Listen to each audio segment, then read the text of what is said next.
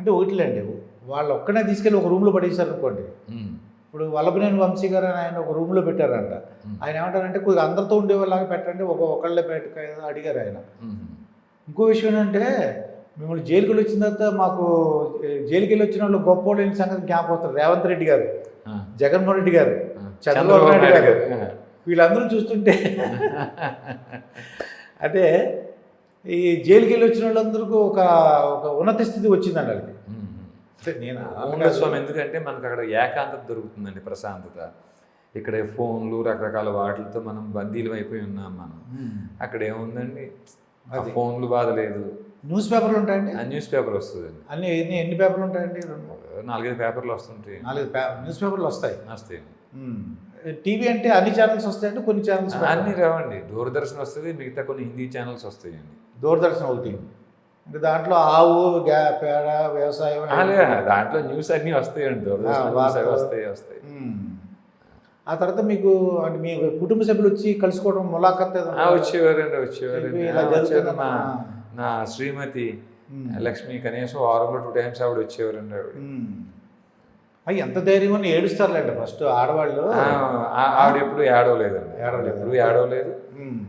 ఎప్పుడు నేను కూడా బ్యాలెడ్ నేను ఏడవలేదండి.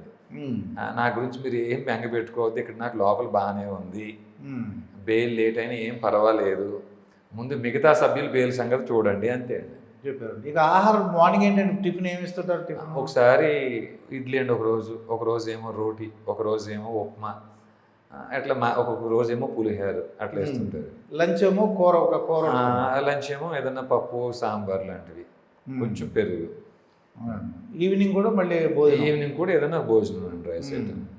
నాకు తెలిసినంత వరకు ఆ లోపల ఉన్న ఖైదీలే తయారు చేస్తారని తెలిసిందండి. మేము వెళ్ళాం కదా, అప్పుడు మేమేంటంటే ఈ గాంధీ జయంతి సందర్భంగా ఒక చీఫ్ గెస్ట్కి వెళ్ళాము. చీఫ్ గెస్ట్కి వెళ్ళి వాళ్ళని మోటివేట్ చేసాం. ఆ జైలు మీరేం బాధపడకండి, ఒకవేళ తప్పు చేస్తే మీరు ఇంకెప్పుడు రిపీట్ చేయకండి, తప్పు చేయకపోతే దేవుడు ఉన్నాడు మిమ్మల్ని రక్షిస్తాడు. అదే చెప్పాడు. మీరు ఒకవేళ తప్పు చేస్తే మాత్రం రిపీట్ చేయకండి, బయటికి వెళ్ళిన తర్వాత రిపీట్ చేయొద్దు, మీ వలన కుటుంబ సభ్యులు చాలా ఇబ్బంది పడతారని చెప్పి మేము మోటివేట్ చేసేవాడు. ఒక మోటివేషనల్ స్పీకర్గా. మా స్టూడెంట్స్ ఏమో ఎంటర్టైన్మెంట్ ప్రోగ్రామ్స్ అండి, అలా జరిగేదన్నమాట. అయితే డైలీ రొటీన్ అది. తర్వాత మీరు లోపల తెలిసిందంటే రేవంత్ రెడ్డి గారు వీళ్ళందరూ కూడా వచ్చి పలకరించారని ఈయన చెప్పారండి. సూపరింటెండెంట్ శివకుమార్ గౌడ్ గారే చెప్పారు. రేవంత్ రెడ్డి గారు స్పందించి ఎంత అయిన తర్వాతే ఈ సూపరింటెండెంట్ గారు పాపం రెచ్చిపోయింది. ఆయన మీ ఆంధ్రలో అందరూ ఇంటి పదాలు అయ్యి రేవంత్ రెడ్డి గారి స్పీచ్ విని నాకు ఆయన వినిపించారు, ఫోన్లో కూడా చూపించారు. ఇట్లా సీఎంలు కూడా స్పందిస్తున్నారు.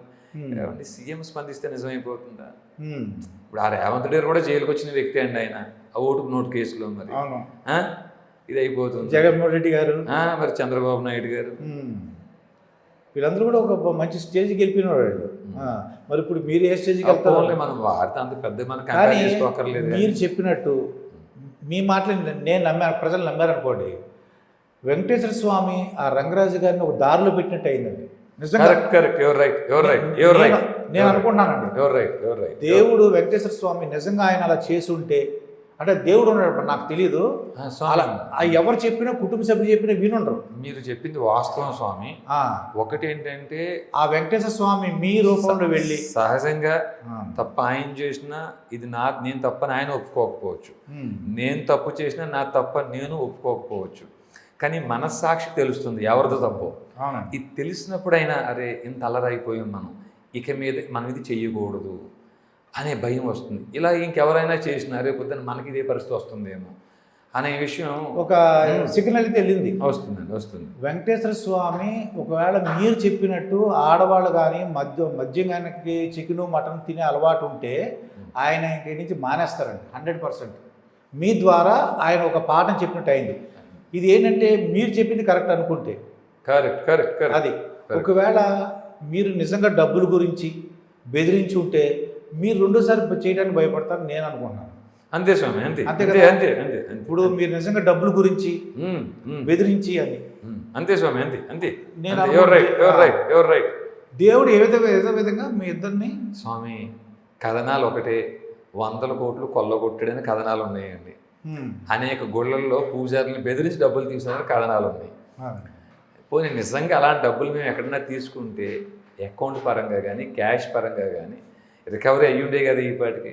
అవును. పోలీసులు అంత ఇన్వెస్టిగేషన్ చేసి అంత ఇంట్రాగేషన్ చేసి అంత కస్టడీ పిటిషన్లు వేసుకునేవారు.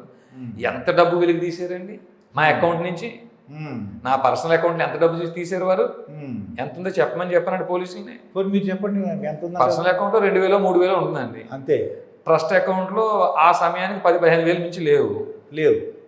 ఇప్పుడు మరి పడుతున్నాయి. ఈ రోజు కూడా ఒక 5,000 అమౌంట్ పడిందండి ట్రస్ట్లో, ఇప్పుడు కూడా పడింది. పడుతూ ఉంది, కానీ అవి సీజ్ అయ్యి ఉంది ప్రజెంట్. అది కాబట్టి మనం తీసుకోవడానికి అవకాశం, మళ్ళీ పిటిషన్ వేస్తాం, వేరే విషయం అనుకోండి. మరి ఏవి మా కోర్టులన్నీ ఎక్కడికి వెళ్ళిపోయినాయి? పోనీ డ్రా చేసాడు ముందే అన్నారు. డ్రా చేసినట్టు స్టేట్మెంట్లో చూపించండి మరి. విత్ డ్రా చేసినట్టు స్టేట్మెంట్లో చూపించండి మరి.